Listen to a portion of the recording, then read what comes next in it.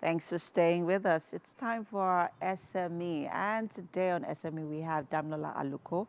He is the CEO and founder of SADG Frames.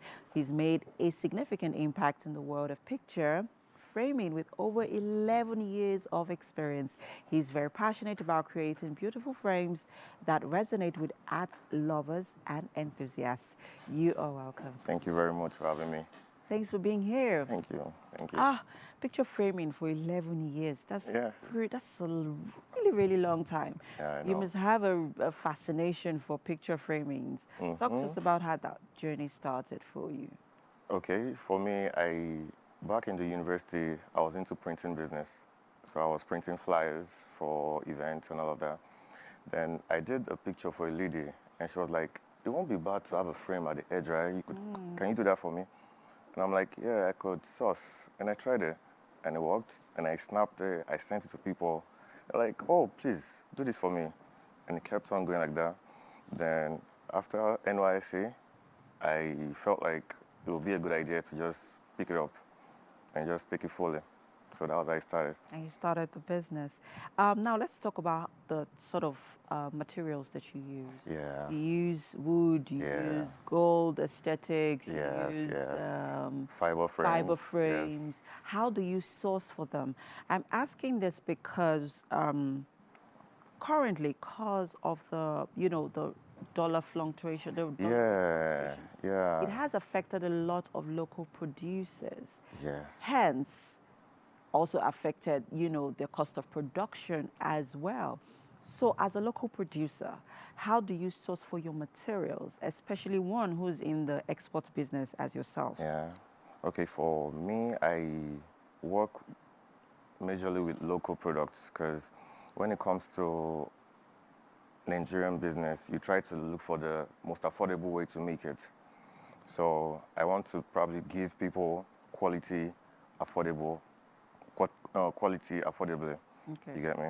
So I tend to go to local people, try to see how we can design it to look more like what they bring from that place. Because I've seen what they do. I have some options where I have to import frames also. So I go to local people, design it this way. I sit down with them. Let's carve this thing out. Okay. And we got perfect jobs out. And that's what we're working with. Okay.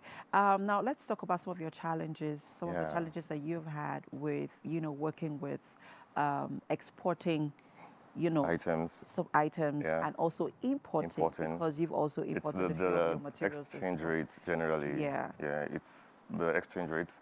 Sometimes you have in mind that, okay, you're going to export this thing at this cost. Then you wake up the following morning realizing that dollar has gone up. And you now have to start calling your customer that, okay, this. And it's somehow explaining all of this to customers. Like, I'm sorry, dollar went up, that's why your price has to go up. I won't take it if I'm the customer. So I try to, but at the same time, that's just like the major challenge, that exchange rate. And products are fragile. And there's all people sending stuff, the logistics.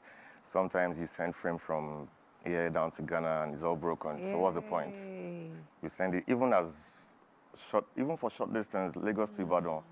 All these people, they break it. So these are just serious issues. So in that kind of situation, what do you do We make other ones. for the customer? Yeah, that's our loss. Oh, wow. To be honest, we've had issues with logistic companies. There was a time I had a serious one with one of the popular ones.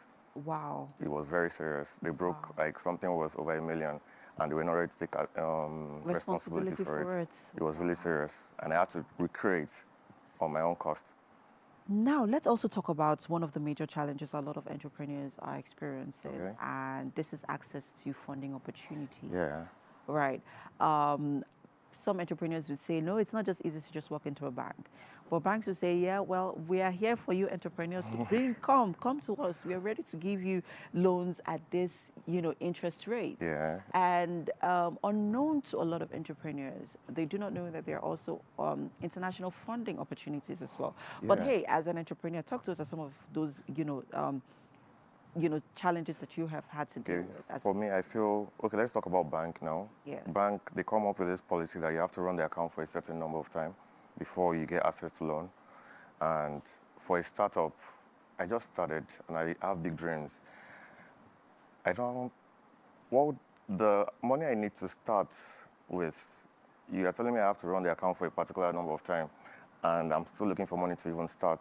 So all of that bank aspect, I don't see visible for a startup. I feel it's for someone that's been in the business for a while and you want to expand. Yeah. I feel that's what that stands for. And fundraising, some people say go to your family. Family will tell you to go and look for a job. Be like uncle something, he works in this bank, but we all have different dreams. Yeah. So for me, I feel it is a personal task. You have to just build yourself. That's the spirit of entrepreneurship. You have to build yourself. Do it.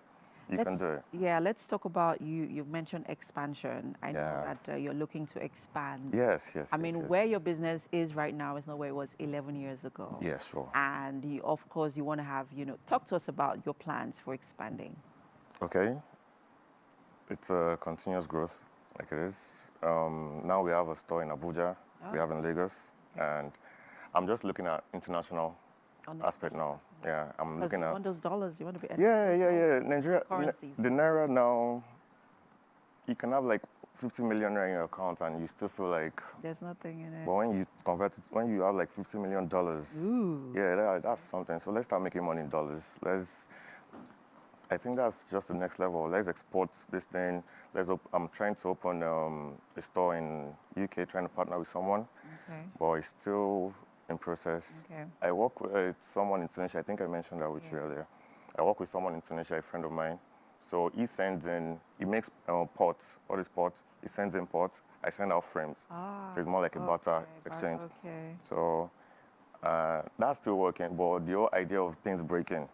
That's a major issue. Yeah, we have issues with that. To deal with. But we now work with plastic. On a normal day, we do glass frames. Okay. So picture frames of glass. And we've realized that these things get damaged a lot. So now we work with plastic. But the problem with plastic is it scratches.